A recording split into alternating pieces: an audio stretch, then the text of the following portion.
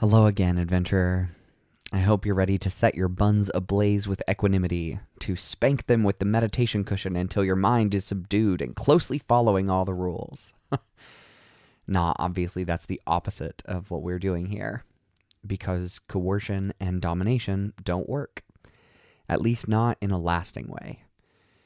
Sure, there are moments where direct action is needed, where poor goblins who don't yet know how to take care of themselves need to be defended.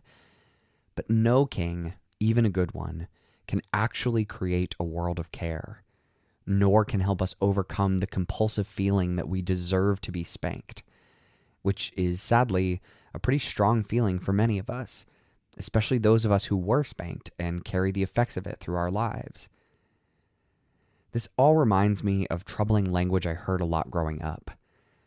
People in my religious community would share testimony to the effect of, if it wasn't for Jesus, I would be a murderer or abuser, or we could insert any other harmful act or easily judged as unworthy type of person here. I'm not trying to question that religion or ethical commitments can shape character in supportive ways. What I am trying to question is the toxic ideology that makes people believe that they and everyone around them need to be disciplined. That if there isn't a king to tell me not to start a riot, I could start a riot then.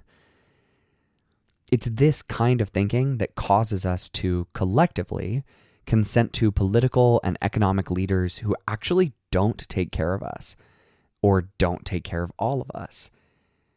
It's a feeling of fear. That every scary or unkind or harmful thought that we have speaks to some inner truth that we are evil or bad.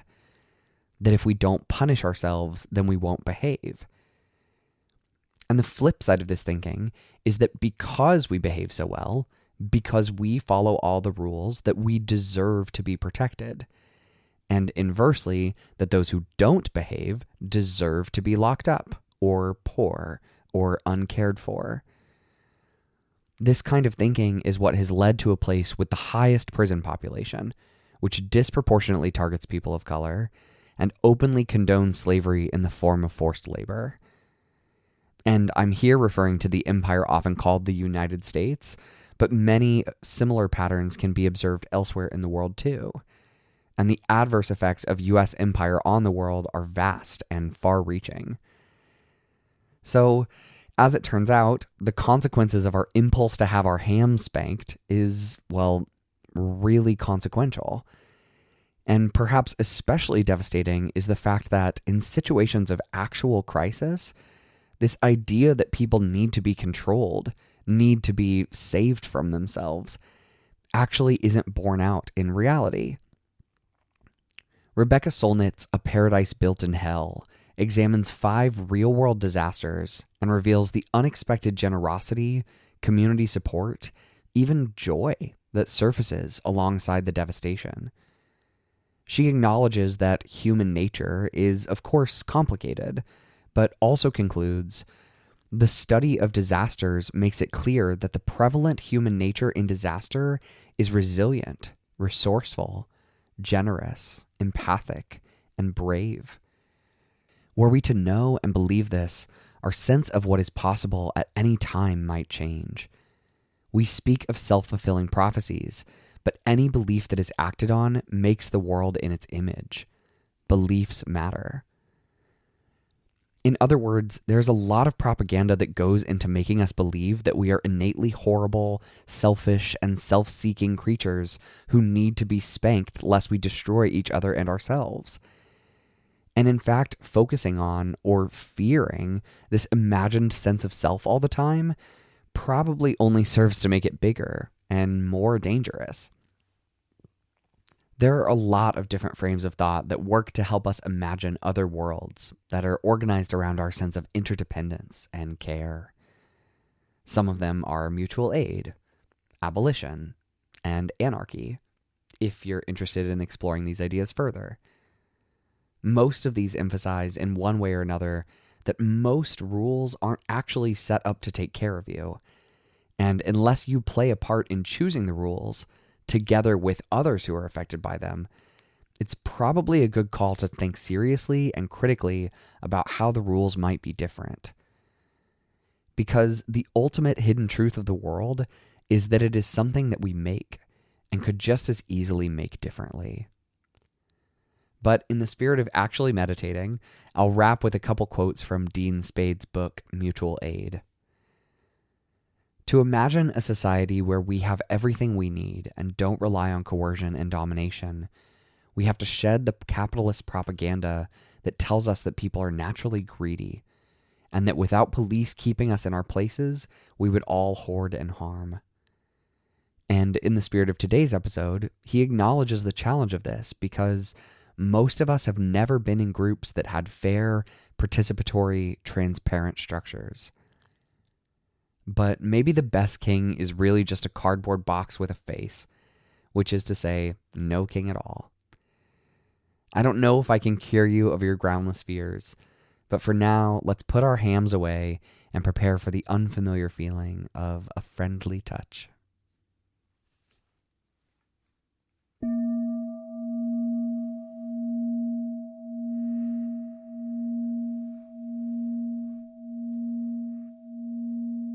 So here at the beginning, I encourage you to invite even more gentleness and permission with whatever shape your body wants to take.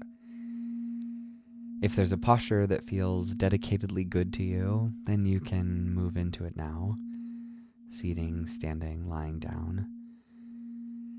But I invite you to inhabit this posture with a little less discipline, a little less rigidity, and a little more softness. A little more peace with what's here. If the breath isn't activating to you, you can take a couple deep breaths. Maybe hold it at the top and let it out on a hum or a moan or a sigh.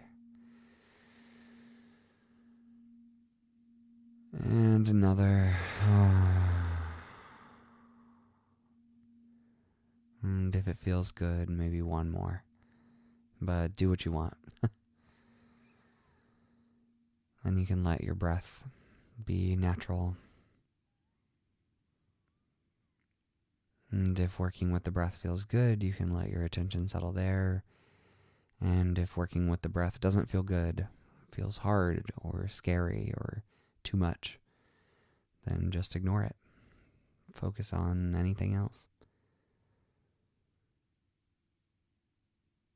You can allow your attention to be a little ungoverned,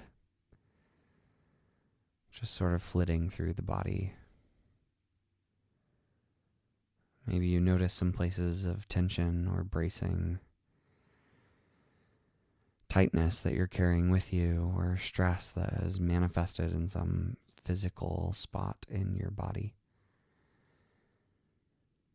And just noticing these things can sometimes transform them or soften them. You can also bring a gentle touch, a feeling of physical tenderness, the way you might touch a child's boo-boo, or the way you might hug a friend who's suffering, bringing that same kindness just somatically to yourself, physically touching yourself in a friendly way. But of course, if that doesn't feel good, then don't do it. And regardless of whether you are touching these spots of your body that ache or hurt or tremble or are afraid, whether you touch them with a physical touch or with your attention, the invitation is to let them be there, not to push them away, just to recognize them. This can be hard. That's okay too.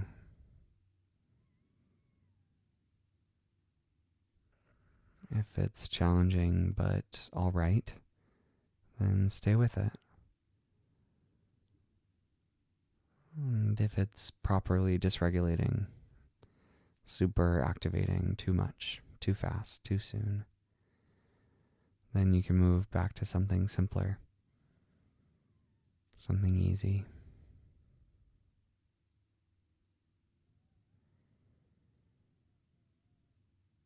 And I invite you to reflect on what it is that you might need right now. What kind of support might help you? This might be a kind of word or intention or energy that you bring to this practice. Rest, self-compassion, acceptance, release.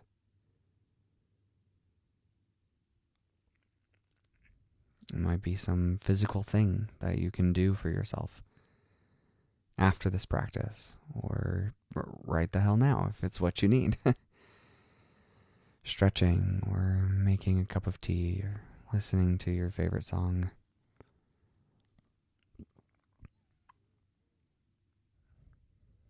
Just noticing from this space what your body is asking for. What do you want from yourself, for yourself?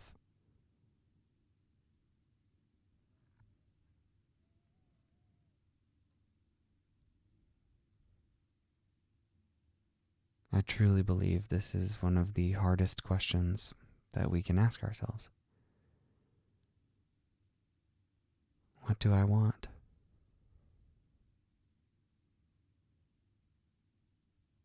What do I want right now? What do I want out of this one life?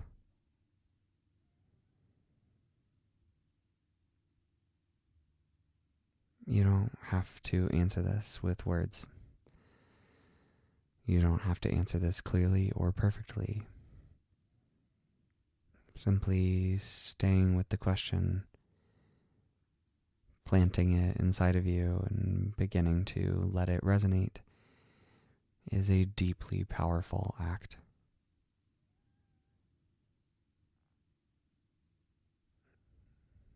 And you might have concrete ideas, suggestions or to-do lists or tangible imaginations of what you want. That's okay. Can you notice those and be with them in an equanimous way? But it might also be more diffuse. The vision is a little cloudier or wordless, imageless. Maybe even just a feeling in your body. Imagining a feeling of warmth or ease or innate goodness. Not a goodness that comes from having cut apart all of the parts of you that you've labeled as bad, but a goodness that comes from having integrated everything in your experience. Seeing the parts of you that are caring and compassionate alongside the parts of you that are petty and insecure, and jealous and angry and agitated and impatient. And letting them all be there. Knowing and trusting that feeling a thing and acting on it are very different things. And that even acting on things that feel wrong, that create guilt or value misalignment, are not worthy of your shame.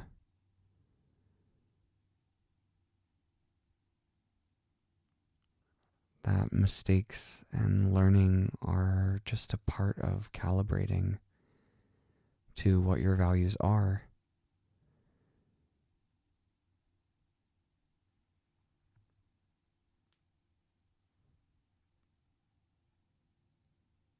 This can be hard and big and messy and unclear. Or it can be vibrant and invigorating, richly textured, like you can almost feel this other world right underneath your skin. And either of those or neither of those or movement back and forth or some other different thing, all of these experiences are welcome in this container.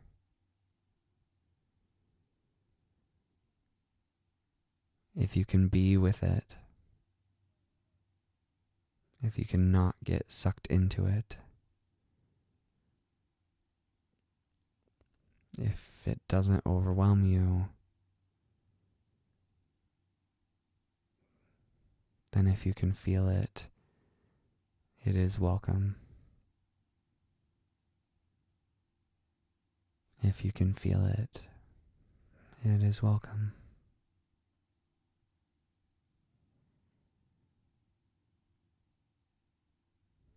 Simply recognizing your feelings, your thoughts, your desires as feelings and thoughts and desires really does transform your relationship with them. You have the power to choose. You have the power to trust yourself. You have the power to see yourself through bright and shining eyes.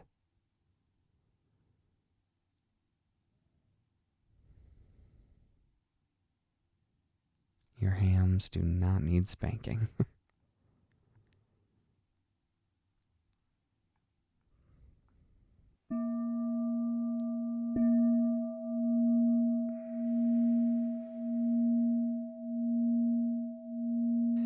Unless, of course, you're a consenting adult, and then that's another matter.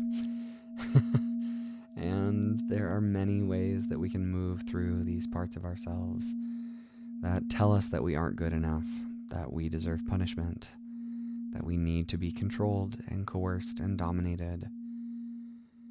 Being mindful and learning to recognize these voices within ourselves help us to not project them onto others, help us to demand better futures for all of us, not ones that require subjugation and control, that see each other as threats or as enemies.